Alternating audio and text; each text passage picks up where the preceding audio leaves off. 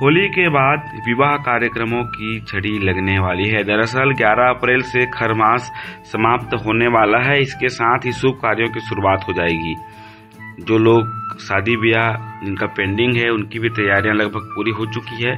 शादियों की जब बात होती है तो नाच गाना के अलावा खाने पीने की बात जरूर होती है।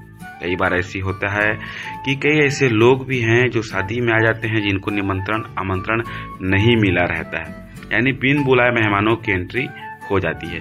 शादी की पार्टी में बिना बुलाए खाने आने वालों की संख्या कम नहीं है। वे लोग ज़्यादातर जो हॉस्टल या बैचलर्स जिंदगी बिता रहे होते हैं, ऐसे लोग ज़्यादा ऐसे बिना बुलाए शादी में खाना खाने के लिए पहुंच सकते हैं।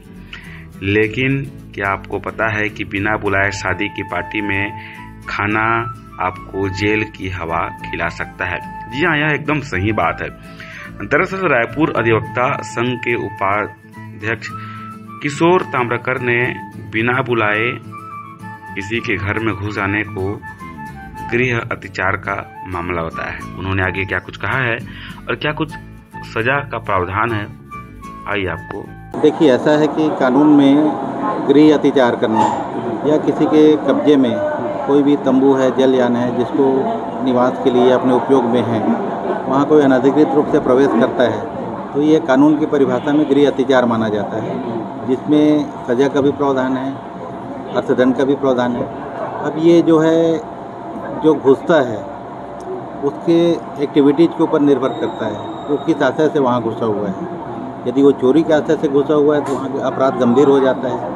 यदि और कोई अन्य अपराध करने के आशय से घुसा है तो और गंभीर हो जाता है। यदि सामान्य आशय से कोई घुसा हुआ है तो सामान्य रूप से उसमें कानून में 1000 तक के जुर्माने की सज़ा है और 1 साल तक की सज़ा का प्रावधान है। शादियों में खासकर रात में होती है। हाँ, शादी के जो इवेंट्स वगैरह रहते हैं, ऐसे स्थिति में घुसता है तो क्या कुछ धारा लग सकती है? देखिए, इसमें वही घुसने के कई प्रयोजन होते हैं। आप जैसे कि कई बोल रहे हैं कि खाना खाने के लिए कोई घुस जाता है, वो भी एक हिसाब से हमारी अनुमति के बिना उस हमारे परिसर में आ रहा है, वो गृह अत्याचार की परिभाषा में ही आएगा कि बिना अनुमति किसी के ना कोई इनवाइट किया है, आप वहाँ जैसे ही प्रवेश किए आपका प्रवेश जो है अनधिकृत हो गया वो। जी हाँ, उसको भी सजा का प्रावधान होगा? हाँ, उसमें सजा का प्रावधान है। गृह अत्याचार के श्रेणी में आ ही जाता है ये, उसमें कानून में सजा का प्रावधान है। जी।